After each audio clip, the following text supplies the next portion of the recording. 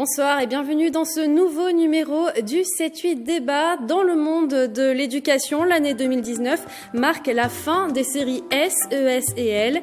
Les élèves qui sont actuellement en seconde seront les premiers à passer en 2021 les épreuves du nouveau baccalauréat. Il ne leur reste d'ailleurs plus que quelques mois pour choisir 3 spécialités.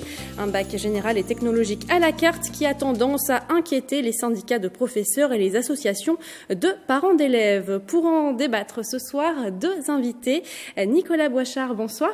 Bonsoir. Vous êtes secrétaire du syndicat Force ouvrière des lycées et collèges des Yvelines. En face de vous, Mathieu Vessé, bonsoir. Bonsoir. Vous êtes trésorier adjoint pour la Fédération des conseils de parents d'élèves des écoles publiques des Yvelines, plus communément appelée FCPE. Merci à tous les deux d'avoir accepté cette invitation. Et juste avant de commencer, je voulais préciser que nous avions sollicité le directeur académique de Versailles qui a eu un imprévu de dernière minute. Alors après 25 ans, les bacs scientifiques, économiques et social et littéraires disparaissent pour laisser la place à un tronc commun et à des enseignements de spécialité. Comme vous le voyez à l'image, les élèves vont devoir choisir pour la classe de première 3 enseignements de spécialité parmi 12 pour n'en garder que 2 en terminale. Alors première question toute simple, qu'est-ce qui vous inquiète dans cette nouvelle formule du baccalauréat ? Alors, ce qui nous inquiète dans cette nouvelle formule, déjà, c'est que le fait que le baccalauréat ne soit plus national, tout simplement. Puisque la réforme du lycée est directement liée à la réforme du bac, qui est directement liée à Parcoursup. Tout ça fait système, c'est d'ailleurs l'expression de M. Blanquer, le ministre. À partir du moment où le bac n'est plus national, la jeunesse s'est confrontée à un problème de déqualification. Pourquoi n'est plus national ? Parce que jusqu'à aujourd'hui, il y avait l'ensemble des bacheliers S, ES ou L, pouvaient prétendre avoir donc le même bac et donc le même droit à s'inscrire à l'université. Le bac était le premier grade universitaire.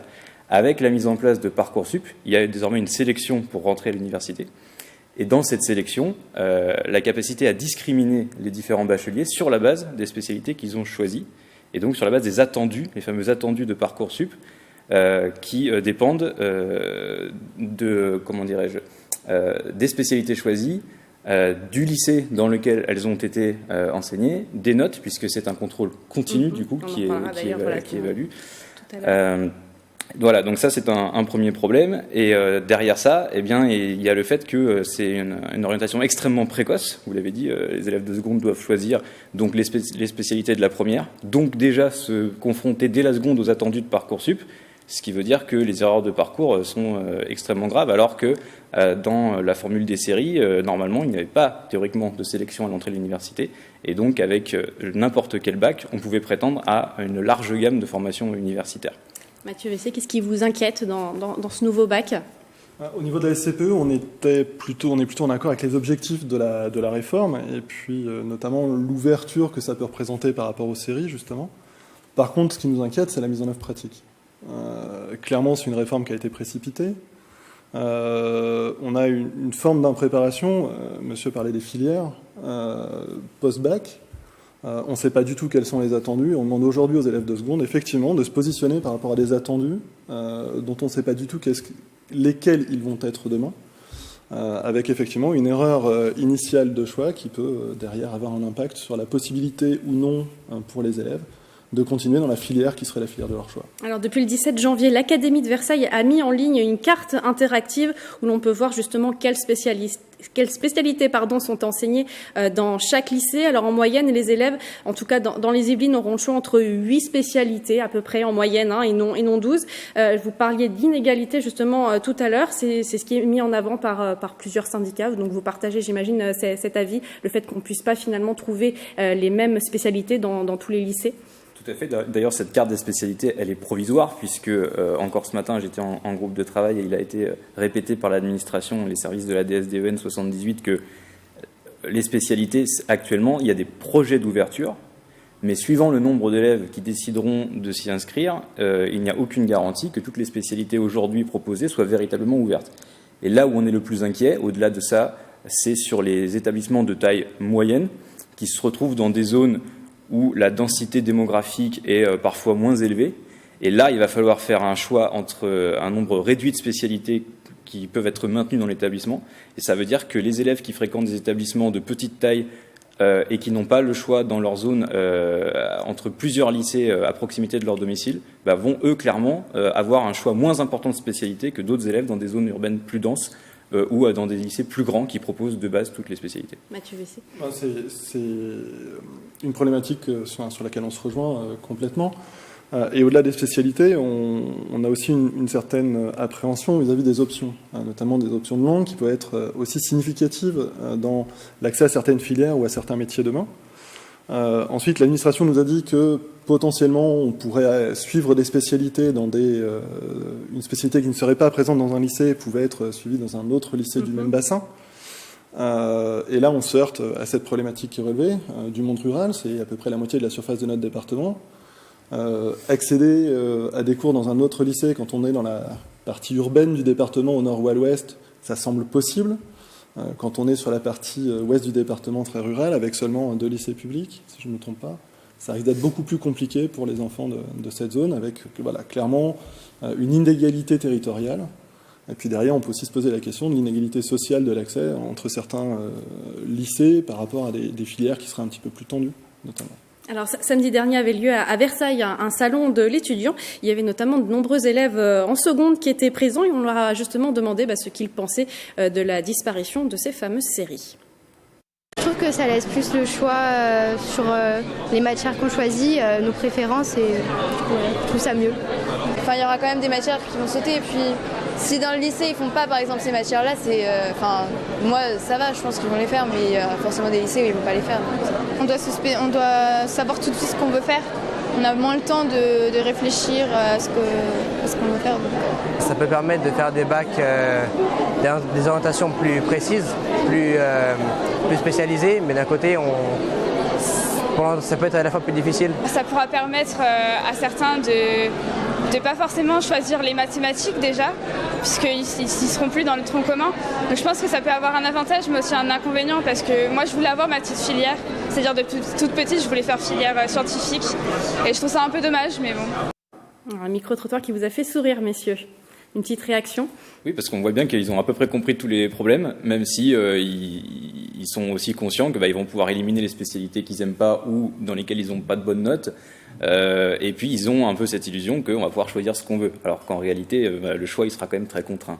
Alors vous êtes professeur en lycée, vous concrètement, qu'est-ce que ça va changer pour vous ? Est-ce que justement vous allez peut-être épauler les élèves dans leur choix de ces spécialités ? Ça, c'est justement après le volet sur l'impact sur les personnels. Donc, premier impact en général, c'est que cette réforme fait de nous des conseillers d'orientation avec une charge, une pression maximale. D'abord parce qu'il faut qu'on explique aux élèves de seconde ce qui est le mieux pour eux, sachant qu'on ne les connaît pas forcément depuis très longtemps. Donc, on assume quelque part les erreurs. On n'est pas formé pour être conseiller d'orientation. Normalement, les conseillers d'orientation, ce qu'on appelle les COPSI, qui maintenant font partie des PsyEN, les psychologues de l'éducation nationale, il y en avait 82 recrutés sur la France entière l'an dernier. Cette année, 55, donc c'est un corps en voie d'extinction. Donc on voit bien qu'on va remplacer les conseillers d'orientation par les enseignants qui ne sont pas tout aussi bien qualifiés pour conseiller sur l'orientation.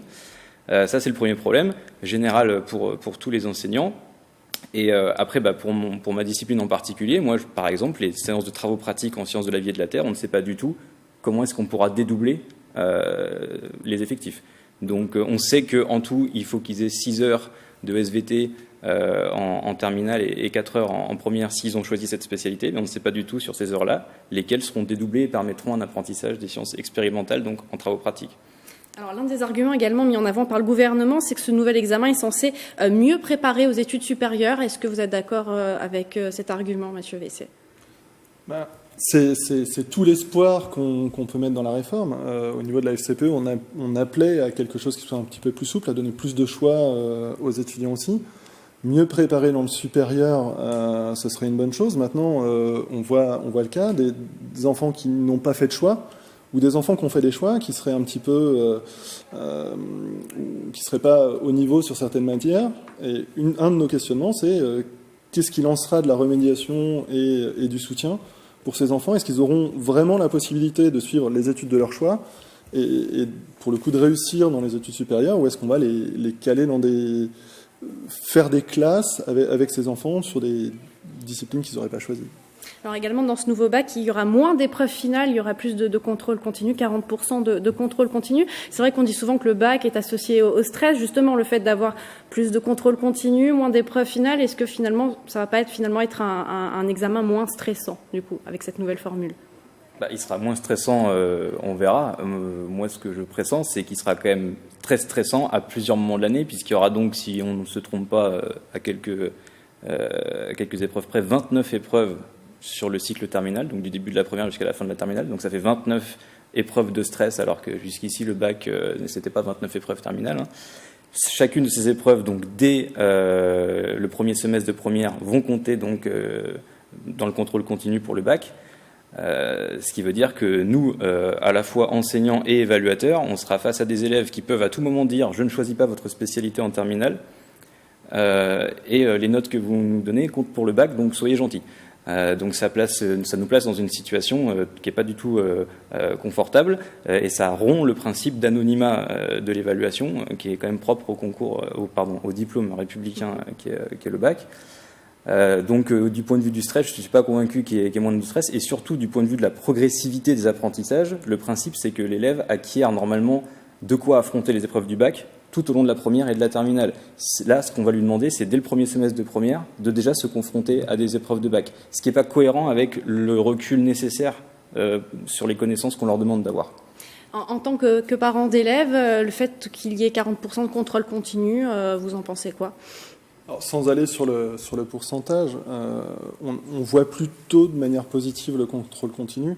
Alors, je ne sais pas si ça va vraiment limiter le stress des élèves au moment des épreuves finales, il y en aura quand même.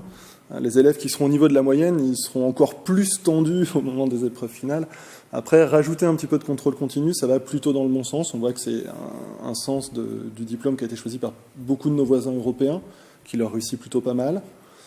Les modalités après dans le détail sont effectivement à discuter et on verra dans le temps si ça répond vraiment bien aux objectifs. Après, une de nos peurs à nous, c'est que ce système de contrôle continu fasse effectivement des différences entre les établissements et qu'on se retrouve à avoir des établissements qui jouent pas le jeu du contrôle national et qui favorisent leurs élèves. On peut penser que ce soit pas trop le cas dans le système public, mais que certaines écoles privées puissent jouer un petit peu dessus. Et ça, vraiment, c'est un point sur lequel on va être très attentif demain. Alors cette émission touche déjà à sa fin. Merci en tout cas à tous les deux d'avoir été présents pour ce débat. Merci d'avoir suivi cette émission. On se retrouve mercredi prochain pour un nouveau 7-8 débat.